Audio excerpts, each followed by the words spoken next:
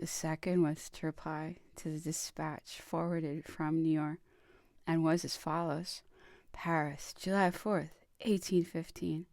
General Becker, the Commission of Government has received your letter, written from New York, and dated from the 2nd of July. Napoleon ought to embark without delay. The success of our negotiations principally depends upon the assurance of this fact, which the Allied powers wish to receive, and you do not know to what extent the safety and tranquility of the state are compromised by these delays. Napoleon adopted his resolution immediately. His departure would not have been possible on the 29th. The commission then places the person of Napoleon under your responsibility. It will be your duty to employ such means of force as may be necessary, treating him with becoming respect. See that he reach Rochefort without delay, and take means for his immediate embarkation. As to the services which he offers, our duties towards France and our engagement to foreign powers do not permit us to accept them, and you will no longer entertain such proposals. Finally, the Commission sees inconveniences in Napoleon's communicating with the English squadron, and cannot therefore grant the permission required for that purpose. The Duke of Otranto, Carnot, Caulaincourt, Duke of Vicenza, Count Grenier, Quinet. Notwithstanding this, wherever Napoleon was recognized on his journey, he was saluted by the acclamations of the people. These acclamations caused the last radiance of joy and pride to brighten his countenance. On passing out of the towns and villages, he pointed out to General Becker and the other companions of his journey the infectious marshes, which at that time were covered with ricks of hay, and said, "You see, General, that the population cheerfully recognize the prosperity which I have created in their country, and that wherever I pass I receive the blessings of a grateful people." On the 3rd of July, at 8 o'clock in the morning, we arrived at Rochefort. Emperor alighted at the hotel of the Maritime Prefecture, and was received as a sovereign by Baron Bonifer. It was on the same 3rd of July that Paris, for the second time, opened its gates to the enemy. During almost the whole of the journey, the Emperor had continued melancholy, although his demeanor had never ceased to be calm and majestic. A few words which occasionally escaped him betrayed the manner in which his thoughts were occupied with the future, and showed that at the bottom of his heart he still cherished a hope of being again recalled by those who, on the contrary, manifested such an extraordinary haste to be relieved from his presence. During the whole of the journey, not a word either of his wife or son. From time to time he took a pinch of snuff from General Becker's box, and as the box happened to be adorned with the portrait of Marie Louise, the Emperor once took it into his hand, looked at it for a moment, and returned it without uttering a syllable.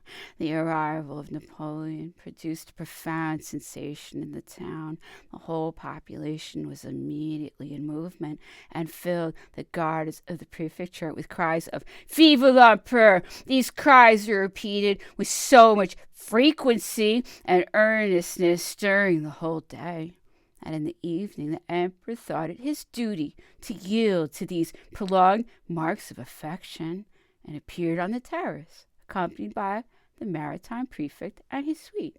The reasons of our sojourn at Rochefort till the evening of the 8th of July, when we embarked to go on board the Salle, are a mystery which I have never been able to fathom, for I could never bring myself to believe that we remained 5 days at Rochefort to wait for some boxes directed by mistake to La Rochelle, containing matters which constituted a part of the Grand Marshal's appointments in the Isle of Elba.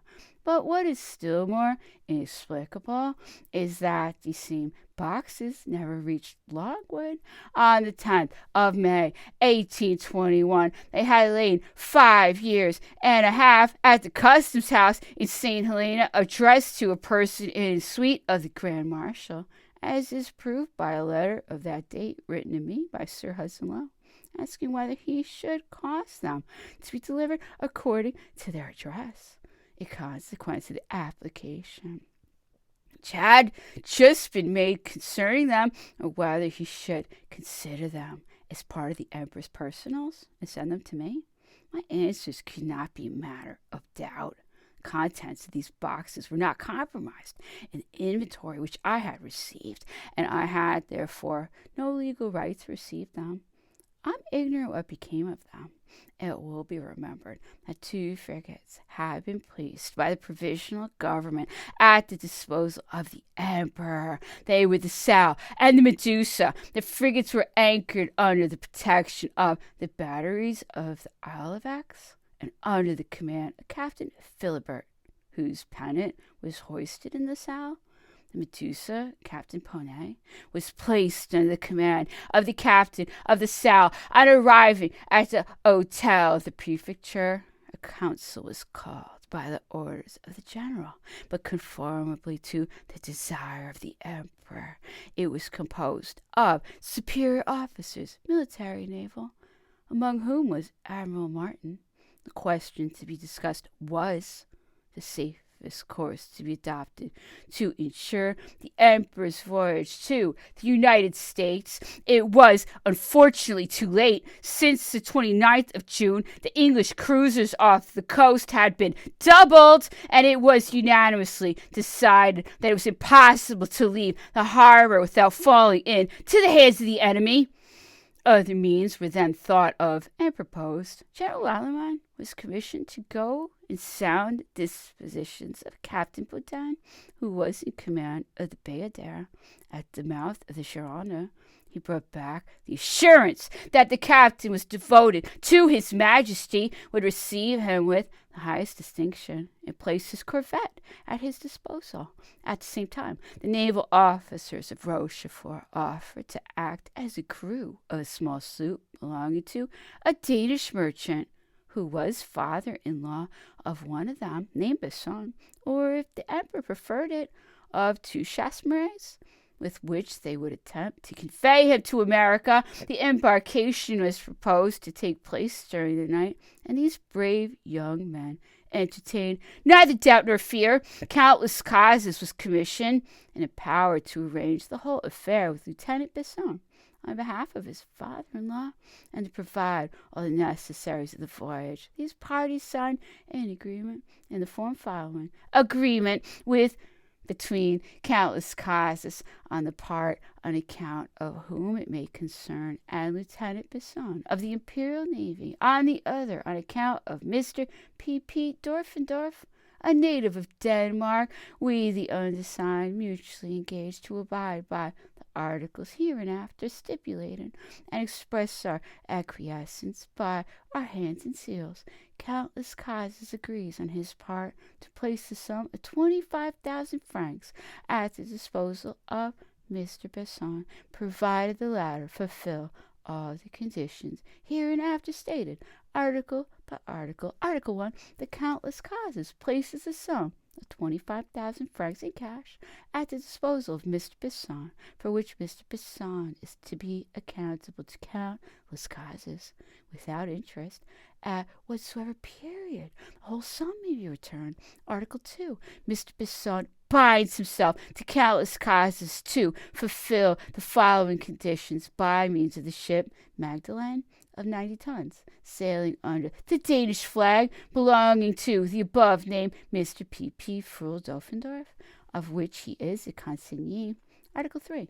Mr. Besson agrees immediately and without the loss of a moment to put the ship Magdalene in a fit condition for a distant voyage, to provide her with cargo brandy, which he will purchase with the 25,000 francs placed at his disposal by countless causes, and engages strictly to follow the orders of his passengers, whom he binds himself to convey to their destination. Article 4. As soon as the above named sum of 25,000 francs shall be paid into the hands of Mr. Besson, the voyage which he has engaged to perform shall commence, and in case the voyage should not take place in consequence of orders received from the passengers, Mr. Besson is to receive from countless causes a sum of 2,500 francs as an indemnity should Mr. Besson wish to continue the voyage on his own account,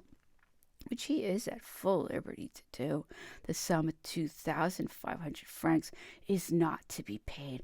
Article 5. In case the voyage be made on account of the passengers, and they are safely conveyed to their destination, countless causes, or someone acting for him, shall pay to Mr. Besson a sum of 5,000 francs, or the latter shall be indebted to countless causes in the sum 25,000 francs only. In case, however, the produce of the sale of the ship's cargo should amount to 30,000 francs, the payment of 5,000 francs by countless causes is not to take place, it being understood that the 5,000 francs in question are to meet the expenses of the Magdalene. Article 6. In case unforeseen events should lead to the loss of the vessel or cargo, Mr. Besson is, by the very fact, released from all obligations to countless causes on account of the 25,000 francs received by him. Article 7. Should Mr. Besson be obliged to incur any extraordinary expenses by the orders of his passengers, such expenses are to be repaid by said passengers, as well as any delay in the departure of the ship after the time fixed, at the rate of 50 francs per diem. Such delays not to be reckoned till 8 days after the ship is completely ready for sea. Article 8. The voyage is to be considered complete when the passengers shall have been conveyed to their destination, or when the ship shall have arrived at the port desired by Captain Besson, if the voyage not be undertaken on account of the passengers, in both of which cases the above named sum of 25,000 francs shall not be paid to countless causes till 6 months after the safe arrival of the ship Magdalene. Signed in duplicate to countless causes, Besson. Rochefort, July 6, 1815.